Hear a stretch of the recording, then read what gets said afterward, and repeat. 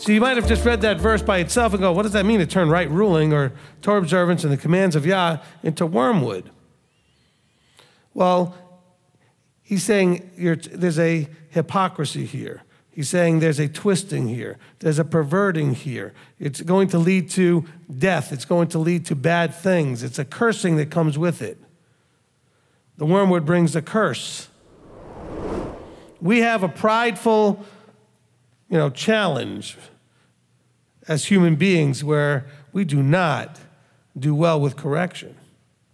It's all through Scripture. I'm not making this stuff up. You know that's true. Why does Yahweh have to tell us over and over again about corrective issues? He says he loves he's going to love you like a child, like a father disciplines a son, and correct us. We should desire reproof and correction. Because even though it's not fun to go through, as Scripture tells us, it brings the peaceable fruit. And at each location, I ask the simple question, what do you see that's wrong in the body? And people came up with probably the same kind of things you came up with, selfishness and division and this and whatever it is, okay?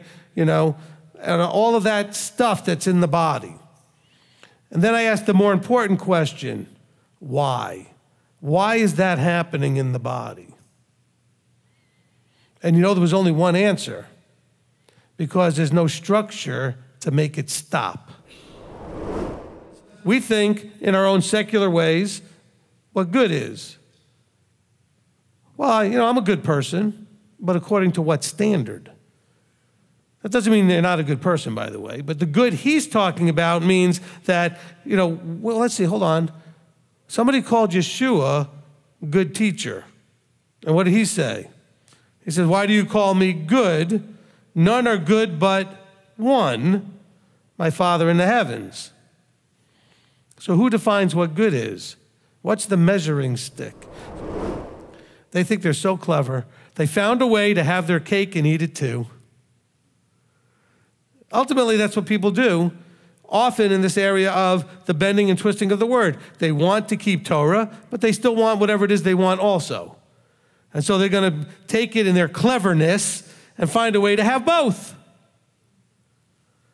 And here it is, and Isaiah's talking about it, and I know you know, that this is happening right now. It's happening in your lives. You see it in other people's lives. Better you see it in your own life first. Don't be looking for it in everybody else's life. And yet here's Isaiah talking about it a long time ago.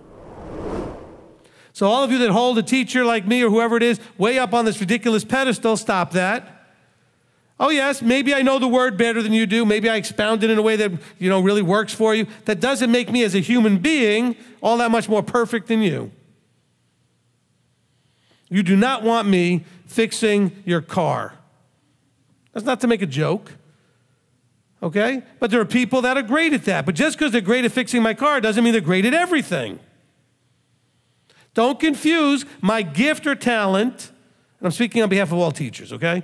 The teacher's gift or talent to be able to share the word and teach it effectively with being somehow, in their character, any more perfect than you. I didn't know that the tongue had a mind of its own. Oh, wait a minute. We have a verse that tells us about this. Out of the abundance of the heart, the mouth with its tongue speaks.